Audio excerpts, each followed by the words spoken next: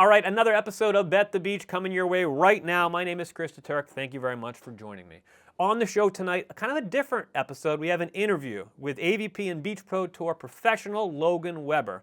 Logan won 2 AVP championships, most recently a contender in the Laguna Open a couple of weeks ago, a 2-time BPT Futures gold medalist, and very recently, second place in AVP League season number 2 with partner Hagen Smith. Logan was kind enough to join me for about a half an hour to talk all things beach volleyball, his path to the pros.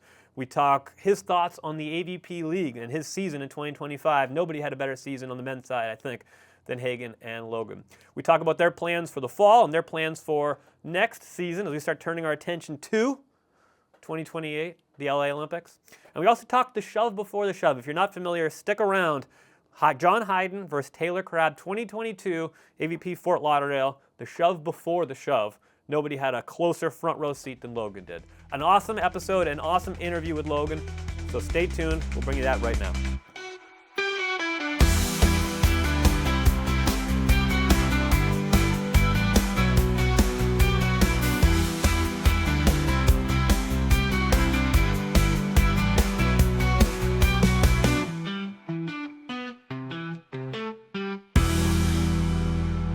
Chris, nice to meet you, man. Good to meet you too, Logan. I really appreciate you doing this.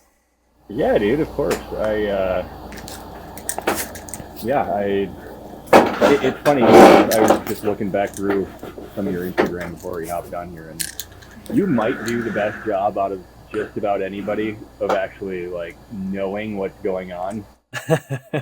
So it's impressive to me that because where are you? So I'm in Massachusetts. Massachusetts. Yeah. Yeah, it's even for people that live out here, I'm like, man, you really get what's going on better than most. So it's impressive. I appreciate that. It's funny. The reason I did 8 o'clock tonight was I had an interview set up with. You familiar with Pro Volleyball News? A woman named Rosie. She's doing some beach volleyball content now. In any case. She just came onto the scene this spring. She's been doing Facebook for a while. Just came onto Instagram, and I was asking her why she started doing what she was doing, and she was saying it's just because she was such a fan, and she had to go to so many different places to get the information about beach volleyball. She was like, other people must just try and then just give up because can't find it, right? And I was like, it speaks to me because that's exactly pretty much why I did it. I was going here and going to Amazon and going to the website to find the Beach Pro Tour stuff and trying to put it all in one place. So I appreciate that. That's you couldn't give me a better compliment. Even the way you set up your schedule that has the AVP stuff and then the World Tour stuff. Yep. And then the third slide is this is where the two conflict, because there's so many things where people are like, oh, why isn't this person playing this? Whether it's, they missed an AVP because of an FIVB or they missed an FIVB because of an AVP. And it's should be pretty obvious, there's another thing going on. Sure. You're right. Those schedules that I put up, nothing gets received better than those schedules. I have players yo, can you send me the printable one? I'm going to put it in my fridge. I'm like, absolutely. Yeah, of course. Not a problem at all. So let me do the introduction. 2-time now AVP champion. I can say that, right? Congratulations on Laguna a couple weeks ago. That's a big win. 2-time Beach Pro Tour Futures gold medalist. Is that correct? That's correct. All right, I'm 2 for 2. And second place in the 2025 AVP League Championships with partner Hagen Smith. Logan Webber joins the program. Logan, thank you for joining me, man. Of course, man. Of course. Very happy to be here. I'm going to start way in the middle, and then we'll work our way back. So as an adult, the first beach volleyball tournament that I went to was 2022 AVP Fort Lauderdale, and probably the second or third match. I bet I know the question that's going to come from the second or third match that I went to. I ended up courtside, right behind John King, behind the up ref, for you and John Hyden versus Taylor and Taylor. And we got to the end of the match, and I want to hear your side of it. I walked away thinking, oh my God, this sport is electric. If you don't know the story, John Hyden and Taylor Crabb got into it. I wouldn't call it punches thrown, but a little shoving going on. Give me what went down in that match from your perspective. Well, it was interesting because That was, I believe, the quarterfinal match on Sunday morning. It was Sunday morning. It was contenders bracket, the 4th round. Yep. Yep. And so it was Fort Lauderdale at the last weekend in July, I think. Hot. So it was hot. Mm-hmm. It was very hot. And we battled through that weekend. I think we had a match where we were down to like Miles Evans and Avery. And I think we were down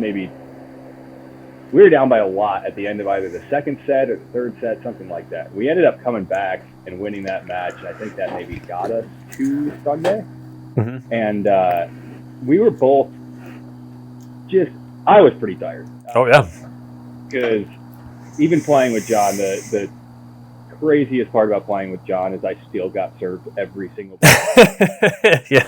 And it was a little demoralizing in the moment because I was like, man, this guy he was, I think, 47 maybe that year, 48. Yeah. And I'm still getting served every single ball. And I'm, 25 and 6'9", but beside the point. But that match was temperature-wise, it was very hot. Yeah. And we started we might have had a 7-0 first side switch, I think, against them. Yeah, no, you guys had a huge lead, if I recall correctly. Yeah. And they chipped back. And they ended up taking the first set, maybe 19-21 or 22-20, something like that. And I don't remember what it was, but when they crossed sides to go back after the end of the first set, there were some words. Yep. And I think John followed Taylor back over towards his bench and started talking. So they kind of had to be separated after the first set. Yep. Second set happens. They were up probably 2 or 3 the entire set, ended up winning maybe 21-18, 21-17. Yeah. And I think I hit a ball and either got blocked or hit out. I think I might have hit out. And I was just gassed. So there's the funny video from the end line is, as all of this is happening, I'm just like sitting there, yep, completely out of gas, on hands and knees, and I look over and I just see John and Taylor, and then Taylor Sander running over to them, and then Glazebrook and Rich Lamborn, all over there, just pushing, shoving. And I look over at that and I'm like, nah, I'm not going to be able to do anything with any of that. So it's pretty funny to look at because my partner's over there in this big scrum and I'm just passed out on the ground. It was incredible moment. Yeah. I honestly don't know what a lot of the chippiness was about, but it was definitely interesting that some of the videos on YouTube were definitely some of the most watched or most viewed videos of that year, maybe up until the Trevor Crabb, Chase Budinger push. For sure. In Chicago. This one was the shove before the shove. Exactly. Yeah. Exactly. Yeah. But it was interesting because that was the only time where I saw that much fire out of really either of those players. Mm-hmm. John was very intense. When he was on the court, he was competitive. He really wanted to win. But he was also he was very in control of his emotions. Mm-hmm. Taylor is just so relaxed all the time on the court. He never really gets into any sort of trash talk. Like, that's always been more.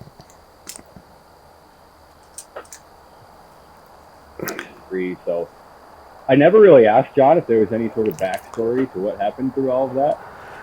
But we played them maybe 4 times that year. Yeah. And so I believe we played them one time. We played them in Manhattan, which would have only been maybe 2 weeks after that. Yeah. And everything was pretty kosher. So yeah, I never really got a huge backstory on what exactly happened there, but I think everybody was very warm and it just boiled over a little bit. That was a hot tournament. That was an absolutely hot tournament. Yeah, for sure.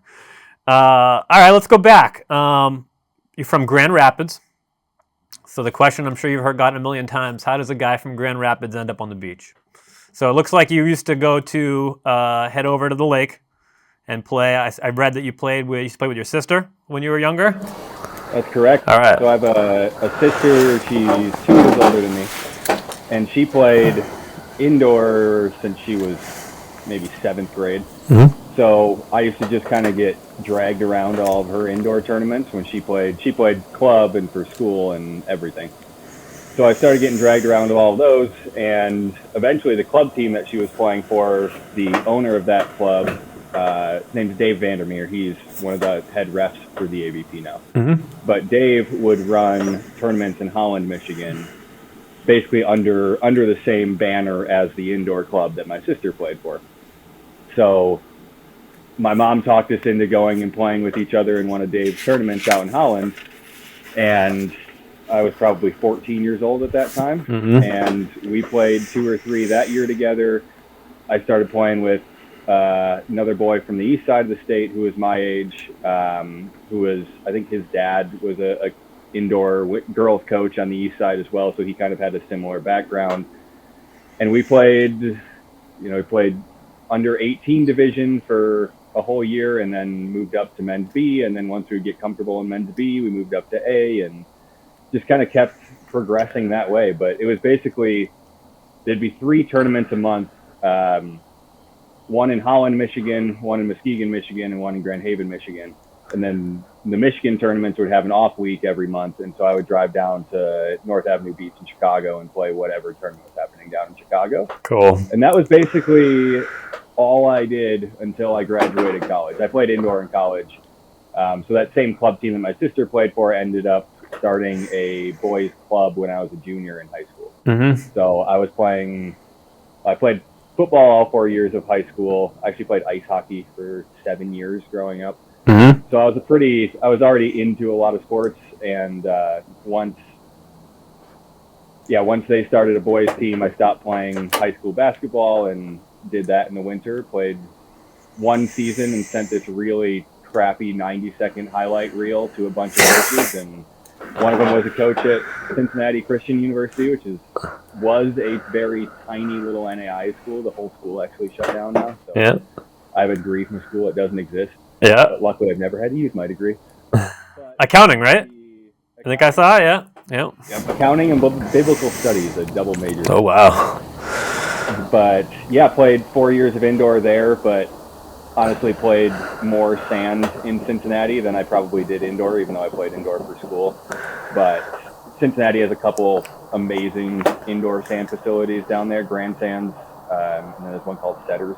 So I'd basically be at one of those 6 days a week when I was in college for 4 years, and learned from a bunch of those guys. I was Chris Lewers was the main guy there at the time, so he would run all of our practices, and I eventually got good enough to play with Chris when I was probably a senior in college, so we had some good tournaments back in the day. Mm-hmm. At what point did you, was it ever a thought to play indoor, to continue and go professional indoor, or were you always kind of focused on the beach? I would say I was always more focused on the beach. There was a part of me, honestly, at the end of every single indoor season that wanted to try and transfer and go play at a bigger school with just a higher level in case I wanted to try to play indoor anywhere. And I would reach out to a couple coaches, and just nothing really felt like it was where I was supposed to be, more than being at CCU at the time. Sure. So I kind of took that as the sign that I maybe wasn't meant to play indoor any longer than the 4 years I was at school. Yeah, okay. I got a good one for you. So I went to AVP and I looked up your bio. And this was not the one that you wrote. It looks like you had wrote like your own little how you got to the beach story, but this was AVP's one. And it said, Logan played in his first AVP qualifier in Cincinnati, 19 years old, where he was beaten handily by Ed Ratledge. And I looked back at the score, and yeah, you guys got beat pretty good. But either you wrote this for yourself, the person was a friend who was trying to troll you, or was an enemy who wrote that. Who's writing that handily? I have no idea. Beaten handily, that's a tough one. Felt like a cheap shot, doesn't it? Probably did, though. Yeah, 21-10, 21-14. All right, yeah, that's pretty accurate then. Accurate, but still a cheap shot. Yeah. It's motivation, you know. I'll get in that one in the gym. Yeah. But yeah, I remember that tournament because it was in Cincinnati, and I played with Chad Bergman, I think, buddy of mine from Michigan, and we drove down there. We played a team from Louisville in the first round, and that was the 16-17 game to get to play the 1 seed. Mm-hmm. And we won that first round game, and I was just on top of the world. Sure. Man, we might qualify for that. And then we played Ed, and I think he was playing with Jason Lockheed, I think. Yes. Yep. Yeah, we played Ed and Jason, and it was like, okay, we're not on the same level as these guys. Yeah, that was the first kind of introduction. I had actually volunteered in Cincinnati the 2 years prior to that. So Okay. I did like scoreboard in Cincinnati, and that was the first time that I actually gave it a shot to try to play in the qualifier. Okay. Moving ahead, I got a couple of cool things I saw that I thought were pretty interesting I wanted to ask you about. You skipped your final week of college to play in a 4-star in Huntington Beach. Tough decision or easy decision? Easy decision. Yeah. Yep. Yeah. Even back then, I would miss just about anything to play in a volleyball tournament. Sure.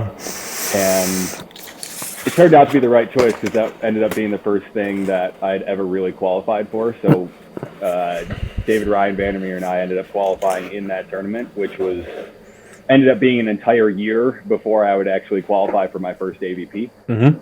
So we got that international experience. We got to play, I think we played Taylor and Jake in the first round, and actually gave them a little bit of a run for their money. Sure. So we were feeling pretty good going into that one. The best story from that is that tournament had like a pre-qualifier day.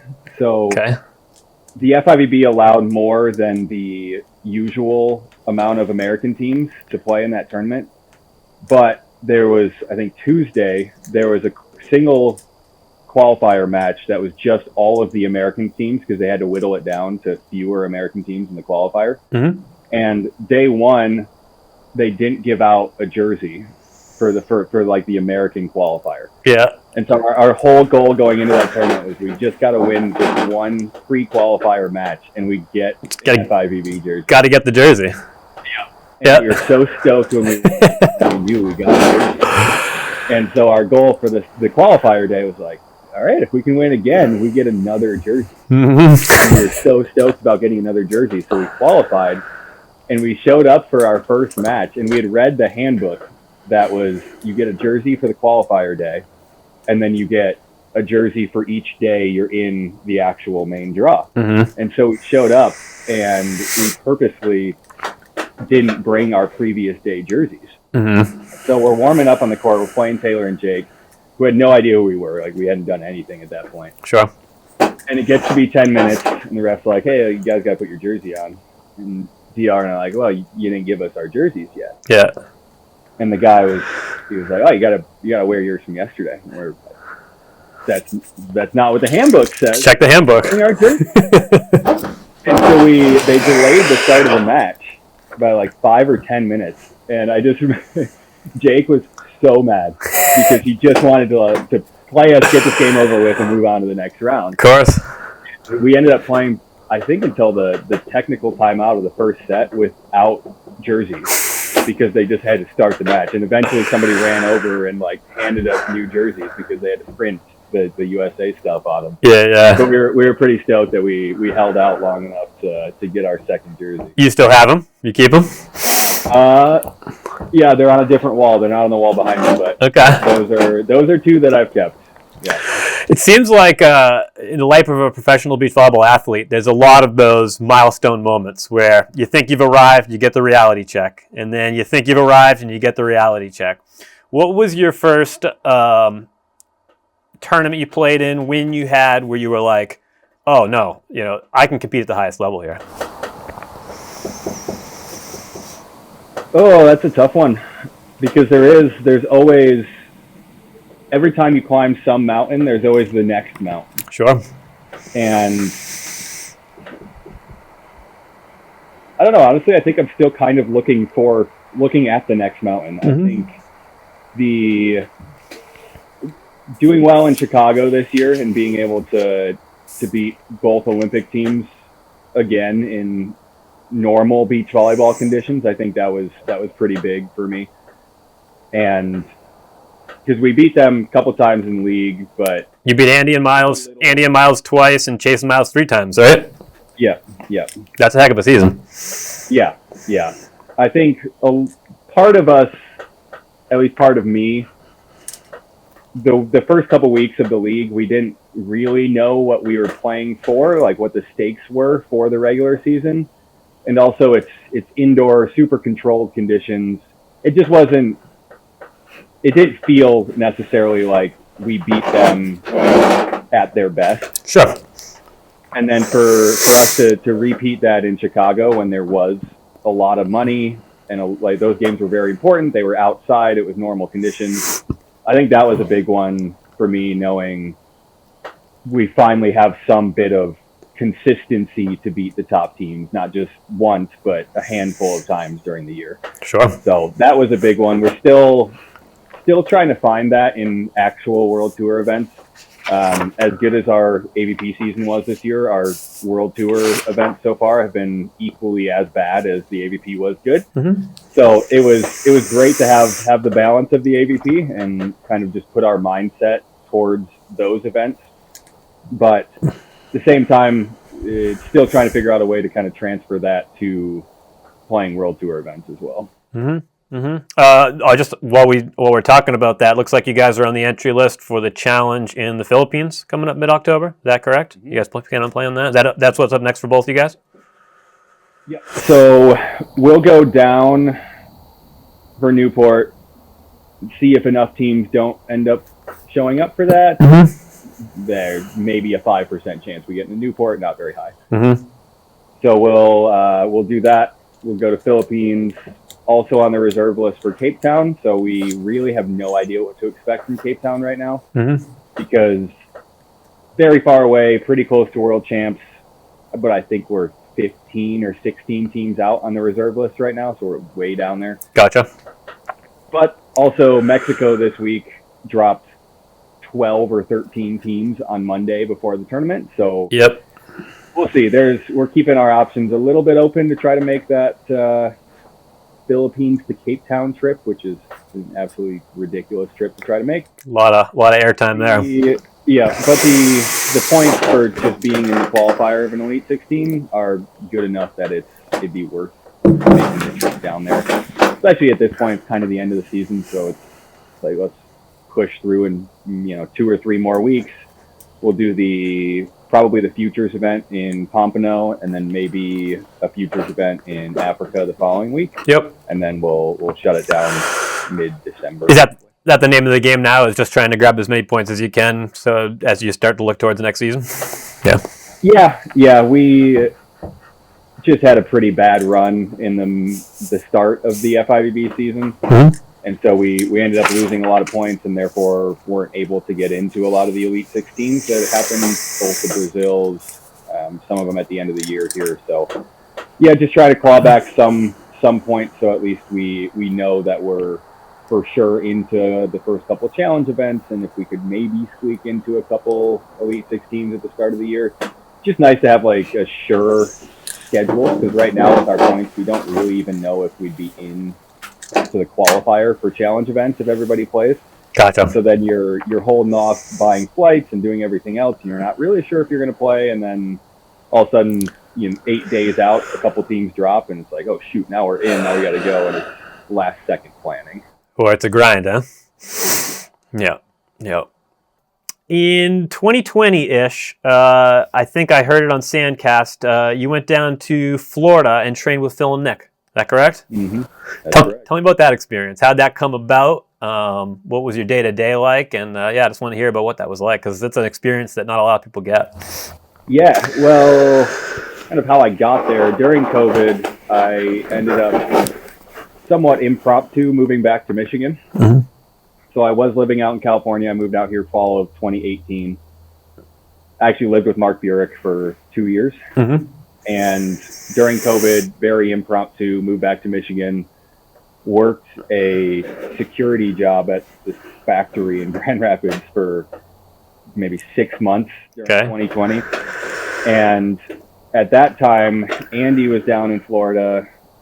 Sam Schachter and Sam Pedlow were spending a bunch of time down in Florida. You had Caleb Queckel was obviously down there. So LT, the Brazilian coach who was out in California for a while, was coaching a group down there. Yep. And so there was kind of a thought for a little bit there in end of 2020, start of 21, that St. Petersburg area was going to become the new Hermosa. Yep. Didn't end up happening, but because of that, I ended up moving down to St. Pete area. Okay. And Adam Roberts and I played a few events and trained a bunch down there during that time. Mm-hmm. And Adam's really, really good friends with Phil, who was in Orlando at that time. And him and Nick were kind of re-preparing for Tokyo since it had gotten canceled in 2020. Sure. They were looking forward to I think it was August of 21 for the Olympics there. And so I ended up going probably 2 or 3 days a week driving over to Orlando. And whether it was with Caleb, DJ Klosnick was down there as well for that time. So some practices with Adam, some with Caleb, some with DJ.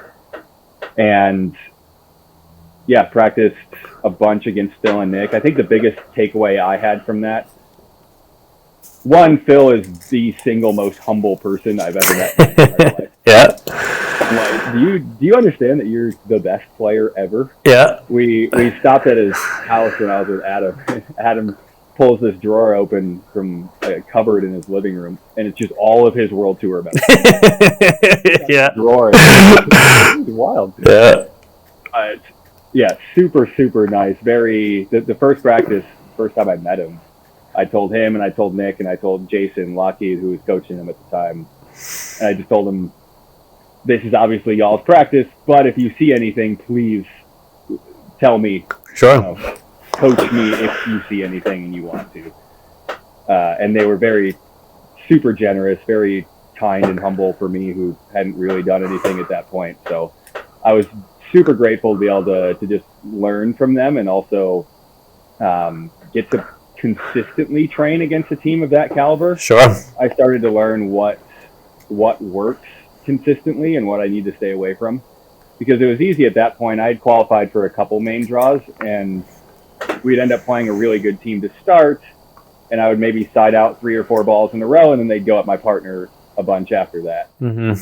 And so he didn't really get the consistent reps of, all right, we're going to serve Logan 12 straight balls, go. Sure. And it's you find out what works. I remember I would consistently run stuff into the middle of the court from the left side. Mm-hmm. And against Phil and Nick, you would just have no idea Phil was going to go up and just here or just reach here. Yeah. I was like, I got to get out of the middle of some sort of sharper move into the angle or more of a move into the line. Sure.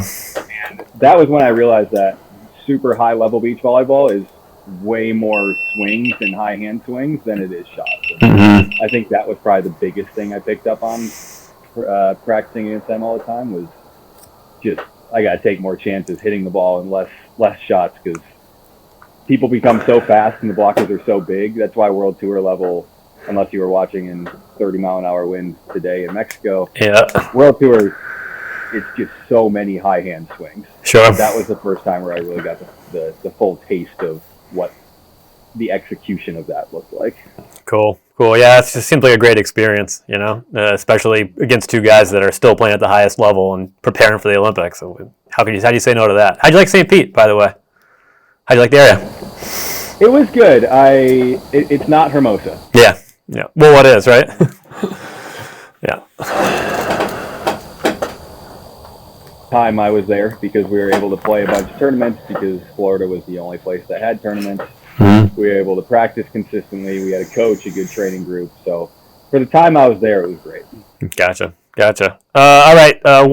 One or two quick ones to wrap this thing up. And again, thank you so much, Logan. I really appreciate it. I appreciate you reaching out, and it really does mean the world to me, because I'm enjoying what I'm doing here, and to get to talk to you is it's a real fun experience for me. Let's talk AVP League, if you want to give your thoughts on it. So obviously, we're 2 seasons in here. Made some changes from season 1 to season 2, but we really only had 1 year, 2 seasons packed into 1 year. I've seen a lot of good. I've seen a lot of things that, a lot of criticisms, like anything else. And for some reason, the volleyball community is very vocal with its criticisms, and I've gotten in there and I've Fed the trolls a few times and chopped it up. Just from a player's perspective, what do you think? Do you like the format? Do you like the sets to 15? Do you like it sounded like you probably don't like the indoor part of it. I'll just give me your just general thoughts on it as we look towards what seemingly is going to be something that's going to stick around here for a little bit. Yeah, I think the biggest thing, we'll start with good. The biggest thing that I noticed was, the sets to 15 made things really interesting really fast. And we got to kind of that crunch point, to the crunch time of the game really quickly. And I think that aspect of it is great. Mm-hmm. The Chicago event in general was amazing. But then again, the Chicago event was a lot more like a traditional tournament, just, packed into tiny little games. Mm-hmm. From a player's perspective, the logistics of everything, the AVP treated us very well. Obviously, when you have less athletes traveling, you don't have a full 16 teams that you have to house and feed and all this other stuff. So they did a great job of making us feel like we were professionals every weekend that we played. And I think a lot of us really appreciated that. Mm-hmm. I thought the LA event, I'm kind of biased, but the LA weekend was incredible. Mm-hmm. You guys had a good weekend. Crowd, part of it was just a lot of people around here hadn't been to the Intuit Dome. Mm-hmm. And it's this new stadium. It was a big thing when it was built because it's supposed to be the most high-tech arena around. And so, if anything, a lot of people just took this as an excuse to go see something at the Intuit Dome for only $20 or $25 instead of having to pay $100 to go see a Clippers game. Yep. Also, whether this was intentional or unintentional, it crossed paths with, I don't know if it was AAU Nationals or AVP First, something. They have 3 straight weeks of big juniors tournaments out here in Hermosa. Mm-hmm. And they timed it so that lined up. So there was a lot of people from out of town that were already built-in beach volleyball people that only had to travel 15 minutes from Hermosa to come, see us play. Yep. So that event was really encouraging from a player standpoint, just to see the amount of people there. The overall energy that was there was pretty incredible for such a big place. Not that there was that many people necessarily, but for such a big place to have that energy was amazing. Mm-hmm. Some of the other stops, a couple of the Texas ones, I think were a little disappointing as a player. I think there's a lot that the AVP can improve in terms of their in-person fan experience. Mm-hmm. And I think there's some easy changes that would make a big difference. Even if it's just how we play the music.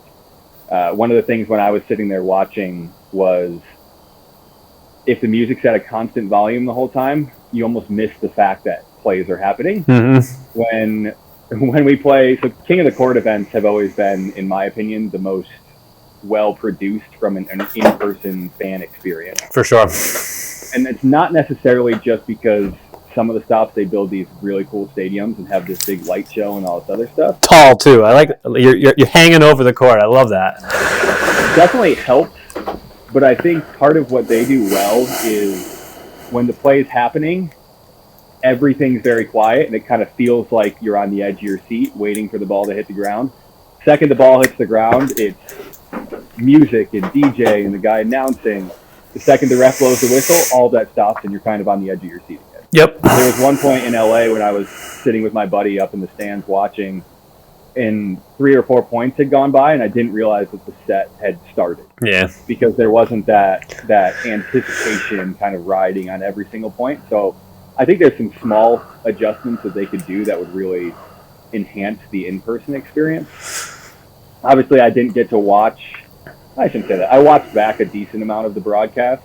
Mm-hmm. I thought the broadcasts in general were pretty good. Yeah. I think Cameron does a really good job. Yep. Rich, when he's there, does a really good job. Obviously, everybody loves Casey. I would love for us to get Casey Patterson announcing more. I just like watching back when I play when Casey's talking. Yeah. such good analysis on everything. Yeah, and he brings a life to it too. You know, he's got a personality there, and he makes you want to continue to listen and learn more about the sport. Yeah. The obviously being separated on 3 different channels, I think people complain a little bit too much about some of that. There's no question there. I honestly think if you look at it, it's really hard for a sport to get a 4-hour time block on CBS. Yep. There's not a lot of 4-hour time blocks outside. I don't even know if an MLB game has a structured 4-hour time block. So trying to get all 4 hours of something into one channel, it just logistically doesn't happen. Yep. And I think even the sets to 15, we're going for these 1-hour chunks because we have to fit this into a certain time block. Yep. So I think when you start to look at a lot of the things that people don't like about it, there are good reasons behind it. Yep. I don't think the AVP always does the best job of explaining what the reasoning is behind that. Mm-hmm. And so I think some of that communication, if they were just a little bit more upfront, would help a lot of people understand why they're making some of the changes they are. Yep. And I think for us, just knowing right off the bat what we're playing for is important, because we didn't really find out until midway through the regular season that there was a bonus for first and second place cities, and first and second place cities got an automatic bid into next year. Mm-hmm. So we didn't know that through 5 of the 8 weeks. And so just stuff that, if we knew it going into it, we would understand the importance of it a little bit more. Mm-hmm. And I think just hopefully that's stuff that will get ironed out as it keeps going.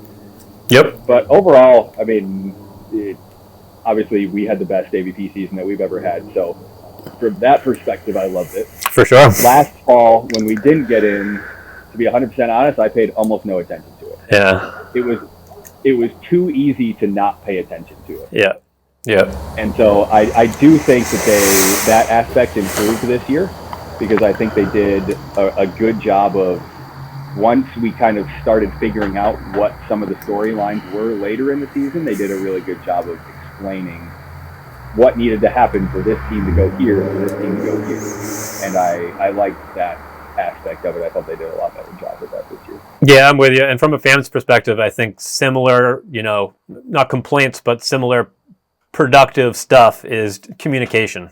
For a fan in Massachusetts, I'd love to know what's at stake for the LA launch in week number 8. If they win all 4, they win the cup. But what's the cup mean, right? Does that mean anything? Exactly. Does that mean anything to the players? We don't know. As a fan, we don't have any idea. It may just mean, is it name only? Well, if so, why does it mean anything? Yeah, the most specific thing that kind of brings up was, it seemed like from the broadcast that I watched that they mentioned getting on the podium of the regular season a lot, when in reality, the only thing that mattered was if you got first and second, and third place didn't matter at all. Yep. So it would just be, like you said, it would just be nice to know, like, what are the stakes? Because for us, just automatically getting back into next year by getting second in the regular season was huge. Mm-hmm. Obviously, we would have gotten back anyways with our Chicago finish, but just going into it knowing that if we get second, we're in a good spot. Yep. And I think that part could be laid out a little bit better for sure. Yeah, I think so. And I mean, I think in time, I think it'll be easier for them to do that. But yeah, I think communication for you guys for sure, and then for the fans next, I think that's critical. And as the season goes on, knowing what's at stake, knowing who's qualifying for next year, I think that's a big step for them. All right, Logan, we are running out of time here, but I thank you very much for you to come on here. It means the world to me. I appreciate it. And hopefully, if you're in for it, I'd like to talk to you again soon sometime. Yeah. All right, man. Well, good luck in the rest of the season. Hopefully, you guys can go out and get some points, and we'll be rooting for you next year as we start looking towards 2028 here. Awesome, buddy. Appreciate it. Thanks, Logan. Have a good night. You as well. See ya. Wake up, sunshine, let's go play. Beach volleyball is the way. Sand in my toes, sky so blue. Fun in the sun, just me and you.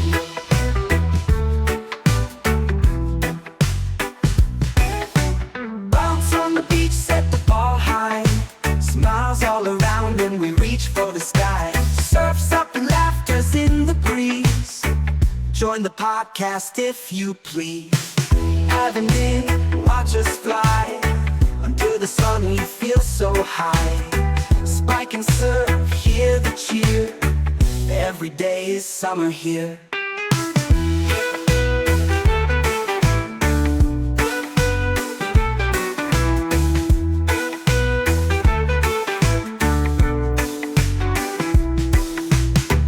Wake up sunshine, let's go play. Beach volleyball is the way. Sand in my toes, sky so blue. Fun in the sun, just me and you. Bounce on the beach, set the ball high. Smiles all around when we reach for the sky. Surfs up and laughter's in the breeze. Join the podcast if you please. Dive and dig, watch us fly. Under the sun we feel so high. Spike and serve, hear the cheer. Every day is summer here.